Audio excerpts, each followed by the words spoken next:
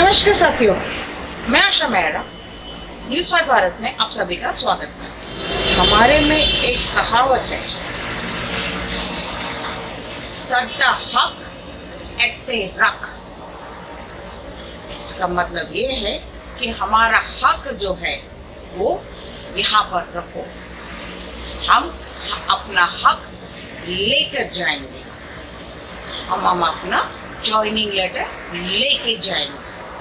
मैं बड़े प्यार से बोलूं, सट्टा हक एत्ते रख। जैसे कि आप सबको पता है अभी कि दिल्ली में एक हफ्ता लॉकडाउन एक्सटेंड हो गया है। मेरे हिसाब से ये आखिरी राउंड है लॉकडाउन का। वो मैं इसीलिए कह रही हूँ क्योंकि दिल्ली में जो इस महामारी का संख्या को लेकर कम होते जा रहे हैं। सो मैंने वही अंदाज़ा लगाया है कि ये आखिरी राउंड लॉकडाउन।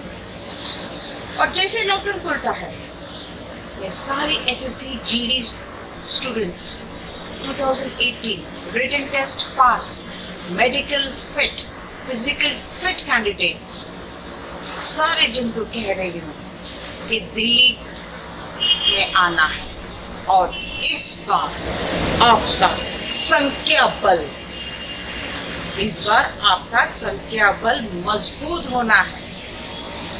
जब तक आपका संख्या बल मजबूत नहीं होता तो आपकी आवाज गूंजेगी कैसे?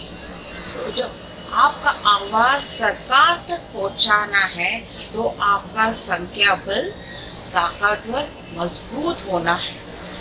संख्या बल बढ़ाकर आना है, आप लोगों को सारे जन आना है।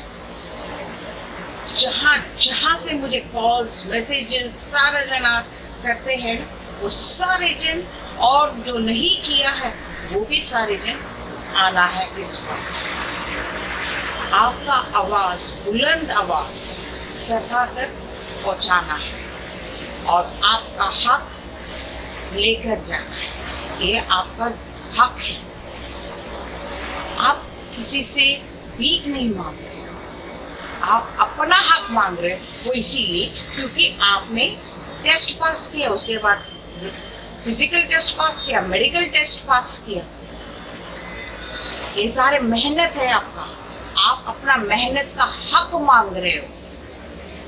तो इसमें कोई ये नहीं, झिझक नहीं है। आप अपना हक मांग रहे हो और आप सब लोगों को दिल्ली आना है और इस बार आपका संख्या बल ताकतवर होना चाहिए। ताकतवर का मतलब है कि आपका संख्या बल ज्यादा से ज्यादा लोग आना चाहिए। और एक बात है, जब आप लोग यहाँ पर आंदोलन करने आ रहे हो, शांतिपूर्वक आंदोलन होना चाहिए, जैसे कि आप करते आ रहे हो शांतिपूर्वक आंदोलन। और आपका आवाज बुलंद रखना है। और बहुत ही इम्पोर्टेंट बात है, आप महामारी का गाइडलाइंस को नजर में रखकर आंदोलन शांतिपूर्वक करना है। मेरे पास में एक वीडियो आया हुआ है, बंगाल से है। मैं ज्यादा समय ना लेते हुए आप इस वीडियो के ऊपर ध्यान दीजिए। इस वीडियो को जो एसएससी जीडी स्टूडेंट है 2018 मेडिकल फिट कैंडिडेट, उसका आवाज को सुनिए और सारे लोग सुनिए, आम जनता भी सुनिए इसकी आवाज, वो कहना क्या चाहता है और आपको समझ में आ जाए। हमारे में एक कहावत है, सट्टा हक एत्ते रख। इसका मतलब ये है कि हमारा हक जो है वो यहाँ पर रखो, हम अपना हक लेकर जाएंगे, हम अपना ज्वाइनिंग लेटर लेके जाएंगे। मैं माननीय गृह मंत्री जी से अपील करती हूँ, SSC GD students 2018 medical fit candidates को ज्वाइनिंग लेटर दीजिए ताकि हम हमारे देश, भारत देश सुरक्षित रहे। आइए हम वीडियो देखते हैं। मेरा नाम चंदन बर्मन, मैं पश्चिम बंगाल से बोल रहा हूँ। एसएससी जीडी का एक कैंडिडेट हूँ। 2018 में जब मैंने एग्ज़ाम दिया था कलकत्ता में, एग्ज़ाम के लिए पास हो गया हूँ। उसके बाद फिज़िकल के लिए बुलाया था सिलीगुड़ी, फिज़िकल भी कंप्लीट किया। उसके बाद जब मेडिकल हुआ कुछ बिहार में, मेडिकल भी पास कर लिया फर्स्ट राउंड में ही। मेरे को कुछ भी रेडी मेडिकल नहीं मिला था। तो सब कुछ पास करने के बाद जब मेरिट लिस्ट आया 21 जनवरी को, तब मेरा नाम नहीं आया। इस बार ये धांधली हुआ था, कुछ स्टूडेंट का नंबर कम है फिर भी उनको सिलेक्शन हो गया है, और जिन लोगों का नंबर ज़्यादा है उन लोगों को सिलेक्शन नहीं हुआ। और दूसरी बात ये है, जो फैसिलिटी किया था एसएससी बोर्ड ने, किसी का 10 नंबर बढ़ा दिया, किसी का 15 नंबर बढ़ा दिया, किसी का 20 नंबर बढ़ा दिया, किसी का 13 नंबर बढ़ा दिया, और किसी का बढ़ा ही नहीं, कम कर दिया उन किसी को। ऐसे क्यों हो रहा है सर? मैं सरकार के पास ये कहना चाहता हूँ कि जितना भी मेडिकल पास किया है सभी को नौकरी देना चाहिए था, क्योंकि उसका हक है। भीख नहीं मांग रहा है वो, इसलिए हक है क्योंकि सभी चरणों में पास किया था उन्होंने, मेडिकल, फिजिकल, तुम्हारा एग्जामिनेशन सब कुछ पास किया। फिर उसको नौकरी क्यों नहीं दे रहे हो सर? देश में इतना सारा बंदा है, 1,09,000 बंदा था, सभी को मेडिकल पास कर लिया, और 55,000 ने आप ज्वाइनिंग कर लिया सब, और बाकी को 60 दिया आपने। ये कहाँ जाएगा, किधर जाएगा? सब घर में बेकार बैठा हुआ है। यहाँ पे सब खेती बाड़ी कर रहा है, खेती बाड़ी में काम भी नहीं है, पैसा भी नहीं है, क्या करे? अब कोरोना काल में पैसा नहीं है किसी के जेब में। सरकार अगर किसी को अगर नौकरी दिला देता तो हम लोगों को ये पोजीशन नहीं भुगतना पड़ता। जो भी है खर्चा, अभी तो पता है आपको देश में क्या चल रहा है, डीजल पेट्रोल को रेट तो ज़्यादा ही है, उसके बाद गला माल का जो खर्चा है, तेल, उसके बाद जो भी गला माल में मिलता है सभी का रेट एकदम हाई हो गया। तो गरीबों का सिस्टम ये है, 200 रुपये हाजिरा मिलता है, 300 रुपये गला माल खर्च चला जाता है। आप बताओ गरीब लोग कैसे बचेगा? गरीबों को बचाने के लिए कुछ तो चारा होना चाहिए, लेकिन गरीब बचेगा कैसे? 200 रुपये हाजिरा देता है और 300 रुपये गाला माल में चला जाता है, वो 100 रुपये घर से निकल जाता है। आप बताइए आप खरीद कैसे करेंगे? जमीन बेच के। तो सरकार के पास ये निवेदन है, आप एक काम करिए, जितना भी मेडिकल फील्ड है सभी को ज्वाइनिंग दे दीजिए, ठीक है? घर में एक नौकरी मिल जाएगा। नौकरी मिलने के बाद नौकरी के जो पैसा सरकार से मिलेगा वही से खर्चा चलाएंगे, परिवार बचाएंगे, तभी तो देश चलेगा सर। और जिसके घर में 2-2 नौकरियां है उनको और एक नौकरी दे रहे हो आप। गरीब तो गरीब रहेगा, जो अमीर तो अमीर ही रहेगा।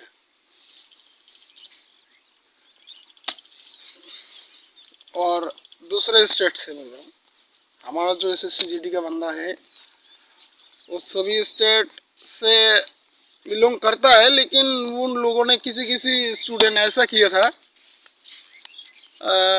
सुसाइड भी कर लिया, और किसी स्टूडेंट ने ऐसा भी किया था, घर से बाहर निकल गया है, इंडिया से बाहर। कुछ स्टूडेंट ऐसा है नक्सली बन गया। तो आप देश में ऐसे कर रहे हो, फोर्स के द्वारा आपने गोली करते हो, आतंकवादी को, टेररिस्ट को गोली मारते हो सर, और दूसरे जगह में टेररिस्ट बन रहा है।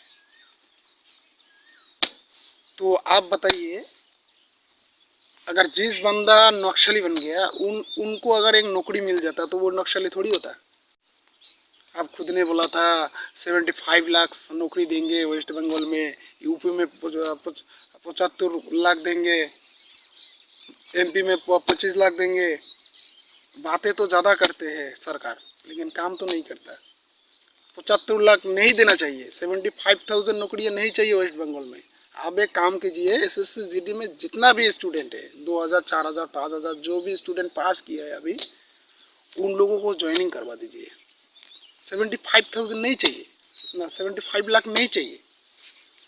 जितना भी एसएससी जीडी के स्टूडेंट है वेस्ट बंगाल में और अदर्स भाई जितना भी स्टेट में पास किया है एसएससी जीडी, ऑल इंडिया मिलकर 55,000 स्टूडेंट है अभी। तो ऑल इंडिया मिलकर आप 55% है, 75,000 है दे दो आप। 55,000 है दे दो आप नौकरियाँ। 75 लाख नहीं चाहिए।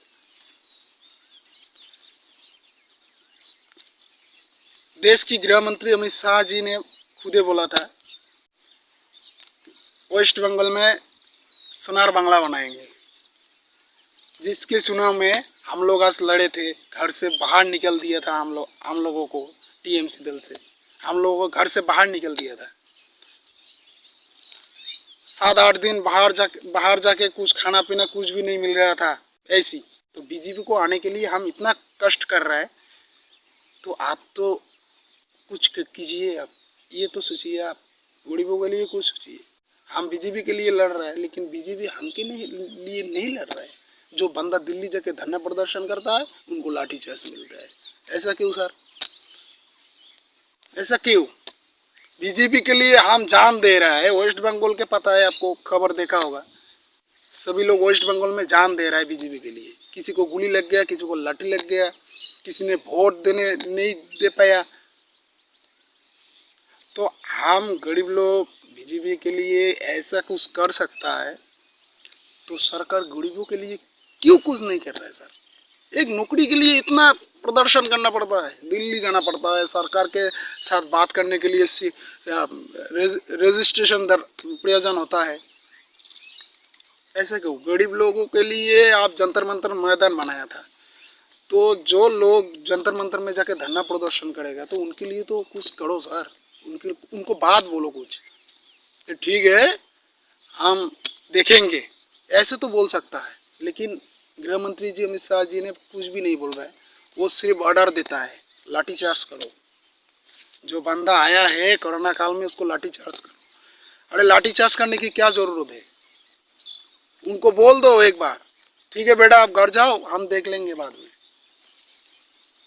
बस तो स्टूडेंट चला आता घर में। कुछ स्टूडेंट ऐसा है, लड़कियां भी है, उन लोगों ने धरना प्रदर्शन किया, वहाँ पे उन लोगों को लाठीचार्ज मिल रहा है, सोने के लिए जगह नहीं मिलता, रोड में सो रहा है। तो आप कहाँ गया सरकार करने? बेटी बचाओ बेटी पढ़ाओ, ऐसा बेटी बचेगा क्या? अगर रोड पे सो रहा है, लड़की को अगर रेप हो जाता तो सरकार क्या जवाब देंगे? कुछ भी जवाब देने के लिए कुछ भी नहीं बचेगा सरकार के पास। वो तो खुद ही बोला था वर्दी दो या आरती दो। अगर आरती दे देता तो फिर सरकार क्या डिसीजन लेंगे? कुछ भी नहीं लेंगे। वो बोलेगा कि मर गया, मरने दो हम लोगों को। ऐसा नहीं है। जो आम लोगों के लिए जो जनता लड़ रहा है उनके लिए अगर हम लोग कुछ नहीं करेंगे तो हम का कुर्सी नहीं रहेंगे। ये सोचना चाहिए सरकार को। 2 मिनट में नहीं रहेंगे, जितना भी आप अनशन कर लो, जितना भी आप आ जाओ, कुछ बिहार में आ जाओ, बिहार में जितना भी आप मैदान में जाओ, भाषण मारो, कुछ भी काम नहीं होगा। अगर जनता अलग हो जाए तो 2 सेकंड में आपको निकल देगा वहाँ से। तो ये मैं कहना नहीं चाहता। मैं ये कहता हूँ गरीबी को आप देखो, गरीब आपको देखेगा। गरीबी को नहीं देखोगे तो चलो सरकार नहीं चाहिए, हटो वहाँ से, दिल्ली से हटो, दूसरा देखेंगे हम। 2011 में सेकंड मेरिट लिस्ट आया था, उस समय भी ऐसा प्रदर्शन हुआ था। उस समय सरकार अगर 20,000 नौकरी दिला सकता है तो इस बार सरकार क्यों नहीं दे रहा है? तो मैं सरकार के पास ये निवेदन करता हूँ, हम खेती बाड़ी में काम नहीं है, खेती बाड़ी करेंगे थोड़ा बहुत, ऐसा नहीं है नहीं करेंगे, करेंगे, लेकिन ऐसे कीजिए आप तो खेती बाड़ी भी कर सकता है, नौकरी भी कर सकता है, देश के लिए भी फायदा है, हम के लिए भी फायदा है। हम लोग चाहते हैं सरकार हमारे जो ऑल स्टूडेंट है एसएससी जीडी का 2018 का सभी मेडिकल फिट कैंडिडेट्स को ज्वाइनिंग दो, हमारा ज़िंदगी बदल दो। हम लोग चाहते हैं देश के लिए कुछ करे, वर्दी के लिए कुछ करे। हम हमारे जो दोस्त लोग हैं जिन लोगों को नौकरी मिल गया है उन लोगों को हमको व्हाट्सएप करके बोलता है देख हमको वर्दी मिल गया, मतलब हम लोगों को सताता है। क्यों? वर्दी देख के हम लोगों को मतलब रोना लग जाता है, ऐसे दर्द हो रहा है दिल के अंदर जब दोस्त लोगों ने फ़ोन करके बोला था जे मेरे को वर्दी मिल गया। तो उसी खुशियों से अगर वो लोग नौकरी कर रहे हैं तो हम लोग क्यों नहीं कर रहे हैं सर? वो वर्दी देख के किसी तो स्टूडेंट सुसाइड भी कर रहा है। तो मैं सरकार के पास ये निवेदन है, जितना भी लड़का लड़की पास किया है स्टूडेंट एसएससी जीडी 2018 का सभी को ज्वाइनिंग दे और ज्वाइनिंग जल्द करे, उनको भविष्य बना दे। अगले बार जो चुनाव आएगा उस चुनाव में हम गारंटी देते हैं बीजेपी जरूर रहेगा इंडिया में, बिल्कुल रहेगा। लेकिन आपको एक काम करना पड़ेगा, जितना भी गरीब आदमी है सभी को ज्वाइनिंग देना पड़ेगा सर। आपके पास कुछ नहीं चाहिए, न जन धन योजना चाहिए, न काम चाहिए, न जॉब कार्ड चाहिए, कुछ भी नहीं चाहिए, सिर्फ एक घर में एक नौकरी चाहिए सर। एक घर में एक नौकरी रहेगा तो उसी पैसे से काम चला लेंगे हम, किसी काम का जरूरत नहीं है। सरकारी सुविधा नहीं चाहिए हम लोगों को, सरकारी सुविधा एक ही चाहिए, एक घर में एक नौकरी दीजिए आप। बंगाल में सब लोग बेकार हो रहा है। और एक चीज़, बंगाल में हर साल बेंगोली में खुद का भाषा में एग्ज़ाम हुआ था एसएससी जीडी का, इस बार अब अलग कर दिया। आप ये बताइए बंगाल के लोग ढंग से हिंदी बोलना नहीं आता तो उसको लिखना कैसे आएगा, पढ़ना कैसे आएगा सर? ये तो सोचिए आप। चेंज कर दिया, लैंग्वेज को चेंज कर दिया।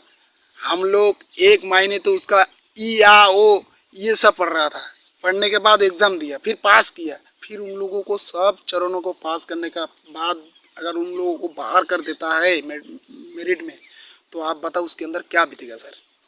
मैं ये कहना चाहता हूँ जितना भी गलतियाँ हो रहा है इस बार एसएससी जीडी में, ये सरकार सुधारे। और दूसरी बात ये है, अगले बार अगर कोई एसएससी जीडी का फॉर्म डाले, सरकार के पास अगर वैकेंसी 50,000 है तो 50,000 स्टूडेंट के ही पास किया, और बाकी जो स्टूडेंट है फिजिकल में बाहर कर देंगे, मेडिकल में बाहर कर देंगे। फिर देखो सरकार को भी टेंशन नहीं होगा, स्टूडेंट को भी टेंशन नहीं होगा। सारी चरणों पास करने के लिए हम लोगों के घर से 20 से 30,000 रुपये निकल जाता है। तो अगर वो एग्ज़ाम में फेल कर दोगे तो वहाँ से ही ख़त्म हो, तो उसको और ज़्यादा पैसा खर्च नहीं होगा। फिजिकल में बाहर कर देते उसको ज़्यादा पैसा खर्च नहीं होगा। मैं ये कहना चाहता हूँ गरीबों को पैसा मत लूटो और उन लोगों को पास करो जिन लोगों को नौकरी मिलेगा। मैं ये कहना चाहता हूँ सरकार के पास, SSC GD all medical fit candidates को ज्वाइनिंग दो। जय हिंद, वंदे मातरम, जय श्री राम।